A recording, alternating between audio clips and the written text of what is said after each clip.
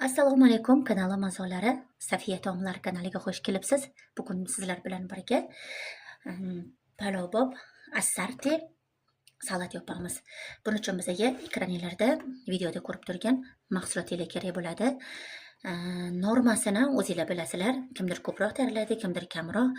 Menda hozir 2 dona qizil sabzi, 2 dona oq piyoz, mana ekranda kichkinaroq ko'rinayotgan bo'lishi mumkin. 5-6 dona qizil qalampir. Qalampirni xohlasanglar yashilidan foydalansanglar ham bo'ladi, farqi yo'q. 2 dona chesnok tozalab olindi. 1 dona ukrop, mana yarim kilogramm, ya'ni 500 gram bolgarskiy, yarim bosh karom. Bitta karomni 2 ga bo'lib oldim. Katta karom edi. Ekranda kichkinaroq ko'rinishi mumkin. Mana katta karom bo'lgani uchun yarimini oldim va mana 3 kilogramm pomidor. Bularni hammasini maydalab to'g'rab olamiz. Mana katta qozonimni, kastrulkamni qo'yib oldim. Mana endi pomidorimizni o'shani ichiga to'g'rab olamiz. 3 kilogramm pomidorni hammasini to'g'rab olamiz.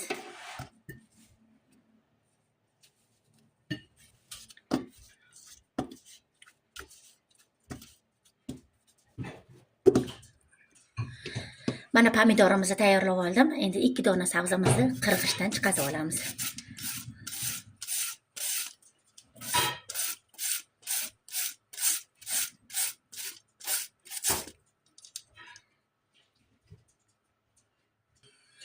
Mana sabzilarni chiqarib tayyorlab oldim. Ana endi 2 dona piyozimizni ham to'g'rab ichiga solib olamiz.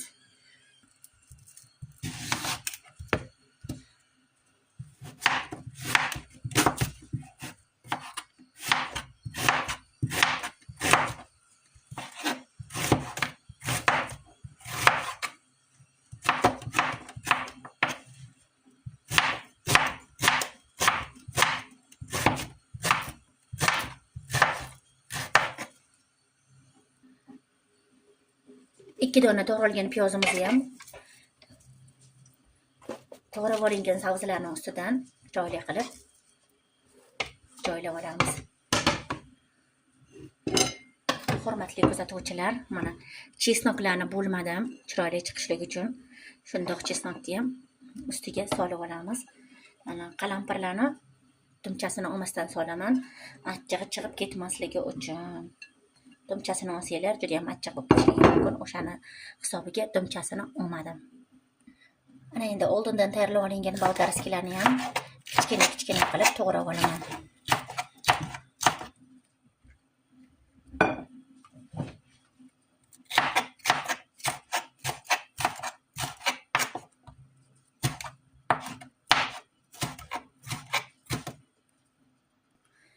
Tayyor bolgarskilarimizni yana xuddi shunaqa qilib to'g'ralgan sabzavotlarning ustidan qo'yib olamiz. Va keyingi gal karomni ham maydalab to'g'rab olamiz.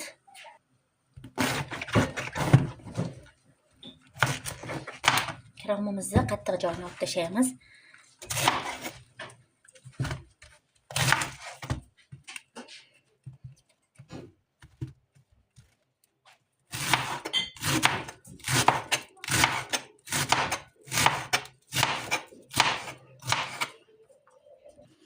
To'g'rab olingan karomimizni yana joylab olamiz katta qozonimizga. Mana endi bir bog' shovitimizni to'g'rab olamiz. Xohlasanglar sizlarda kachnish bo'lsa, kachnishdan ham foydalanishingiz mumkin. Men faqat shovitdan foydalanaman, mazasi zo'r chiqishligi uchun. Endi mana bir bog' shovitimizni maydalab to'g'rab olamiz.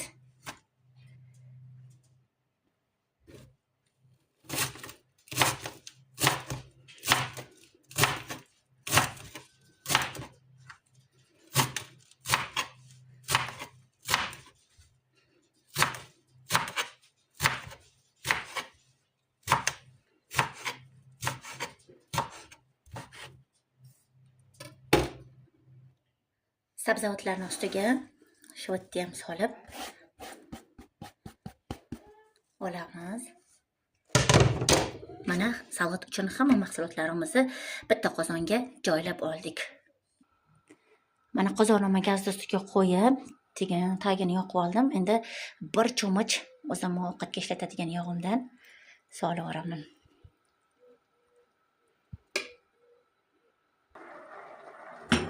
Salatimizga tuz solib olamiz.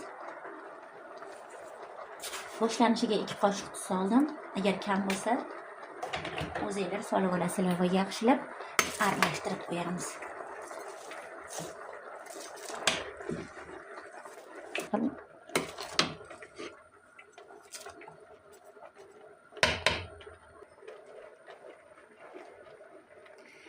Mana salatimiz bir qaynab oldi.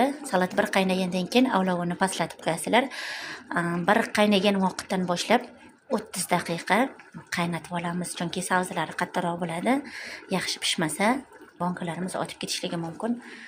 O'shaning uchun yaxshilab pishirib olasizlar.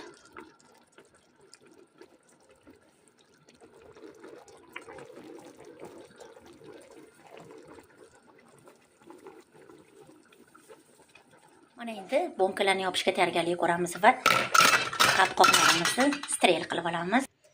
Bonka qopqoqlarning ustidan qaynagan suv solib strel qilib olaman. Mana qopqoqlar tayyor.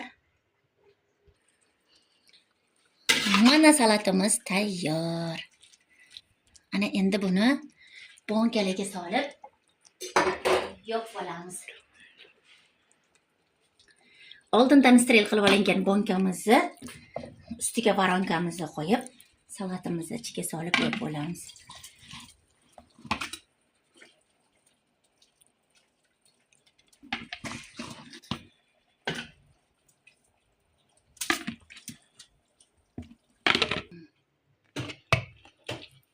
Bonkalarimiz ustiga krishkamizni qo'yib qo'yamiz. Mana shu tarzda bonkalarimizga salatimizni solib yopib olamiz. Endi bonkalarimizni yopib olamiz. Mana krishkalarni qo'yib oldik.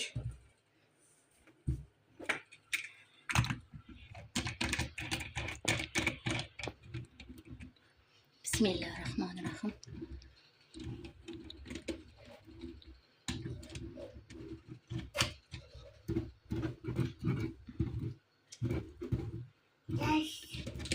Xuddi mana shunday ketma-ketlikda bonkalarimizni hammasini yopib oldik. Menda 2 litrlik bonkada 3 ta bonka chiqdi. Bonkalarni yopib oldik. Mana sizlarga ekranda yaqinroq ko'rsataman. Mana chesnoklari, sabzi, karomlari mana hammasi juda ham chiroyli chiqdi. Albatta sizlarga ham bu retsept yoqqan bo'lsa, tayyorlab ko'rishingizni tavsiya qilaman. Keyingi videolarda ko'rishguncha azizlarim.